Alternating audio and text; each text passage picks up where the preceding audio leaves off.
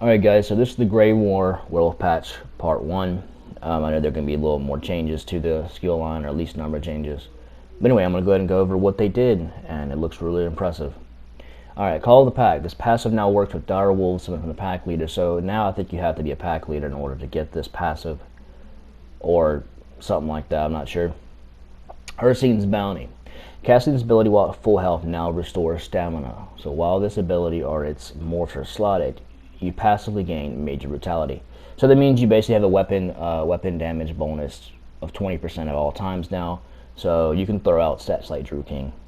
You can throw that set away now. It's no longer going to be on your Hircine's Rage heal anymore.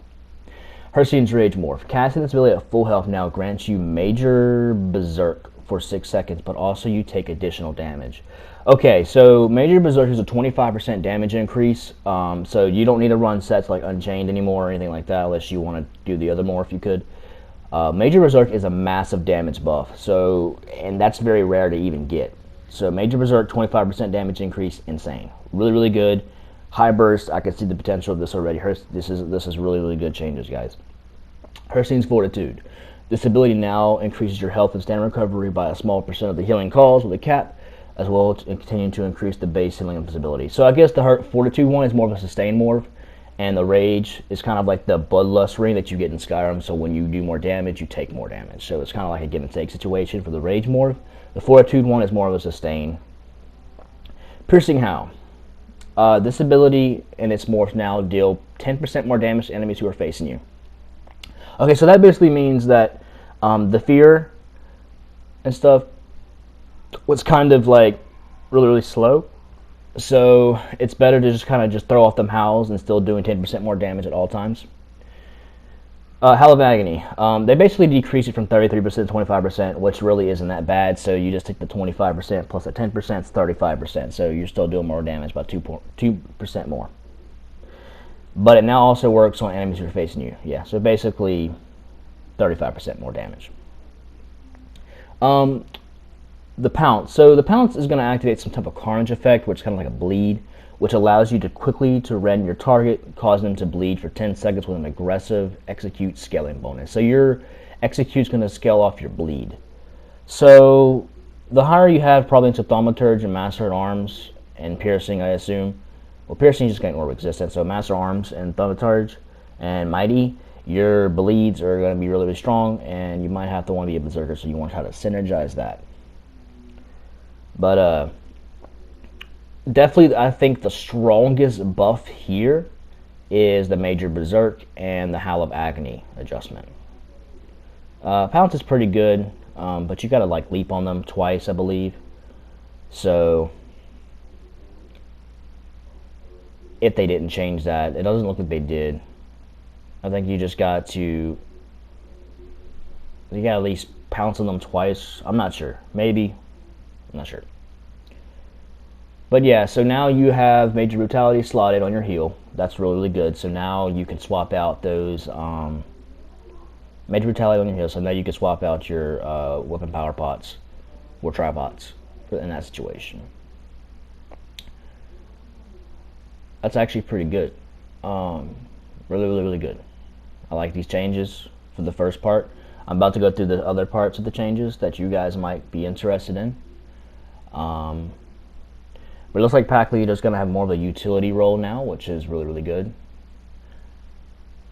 But like I said here, the strongest morph is the Hircine's Rage. Like, this is the strongest change in my opinion. 25% damage increase, you just can't beat that. And you can stack that with Minor Berserk with Slime Crawl if they didn't change that set. That's another 8% damage increase. Werewolf is going to be a high damage threat, which is really, really good. That's how it's supposed to be.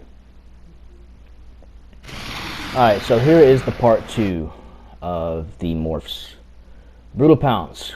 Carnage now overrides to Brutal Carnage, converting into a conal attack. Each time as an enemy is hit by Brutal Carnage, you gain extra weapon damage up to a maximum of 6 times. So it stacks, kind of like how Fury does, or Ravaging, or anything like that. Feral Pounce. Dealing damage with an initial hit or overrides feral carnage, grants you stamina in addition to extending the time in your werewolf form. So one gives you more weapon damage, and the other increases your, or at least gives you stamina back, and increases your timer in werewolf. Roar. This ability now also causes your enemy to become off balance. Okay, so we still got off balance. While slotted, this ability is more passive grant and major savagery. So that's basically you're going to have a higher weapon crate at all times, which is good. So therefore, you do not have to use weapon power pots anymore. Tripods, lingering pot, and detect pots is what I'll recommend for PvP. PvE, you can go any way you want. It don't matter. Deafening Roar. This morph also applies minor maim. Okay, so they took it off the pack leader and put it on the fear. All right, decent. Ferocious Roar. This morph now increases your heavy attack speed by 33% for its duration. Great. That would be really, really good. So if you basically fear somebody, your heavy attack will hit them a lot faster, about 33%.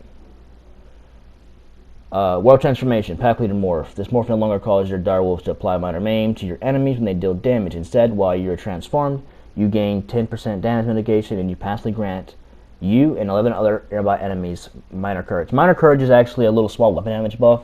So yeah, Werewolf is clearly a damage dealing morph, which is how it's supposed to be, and it does have some tanking capability. Gain 10% damage mitigation, and then if you could stack that with minor maim plus the resistances buff you get as a werewolf, insane. These are really, really good changes for the pack leader, and I can definitely see myself playing as a pack leader again. It's more utility based, which is great.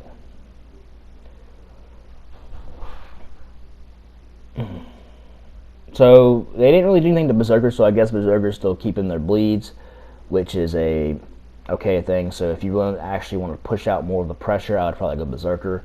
But if you want to be more utility based and still have a damage and be tankier, Pack Leader. I think Pack Leader is going to be the stronger morph in PvP for group play and solo, just based upon the damage mitigation you receive. Yeah, definitely going to be the better one, the smarter one to use. And definitely an open world 1vx situations and just in group. Berserker's gonna be a little more for pressure because of the bleed increase. So yeah, my recommendation is to have like one pack leader in your group and rest Berserkers, so you can really benefit with the werewolf synergizing. Alright guys, so this is basically the changes. Oh, and by the way, Werewolf lost their major fracture, so you might have to run like Night Mother's Gaze if you ever want to get that back. But who really cares? Alright guys, so this is it for the first patch notes with the Greymoor and the Werewolf changes so far. In my opinion, it is great, and we're going to be slaughtering vampires. I see it happening already. Peace.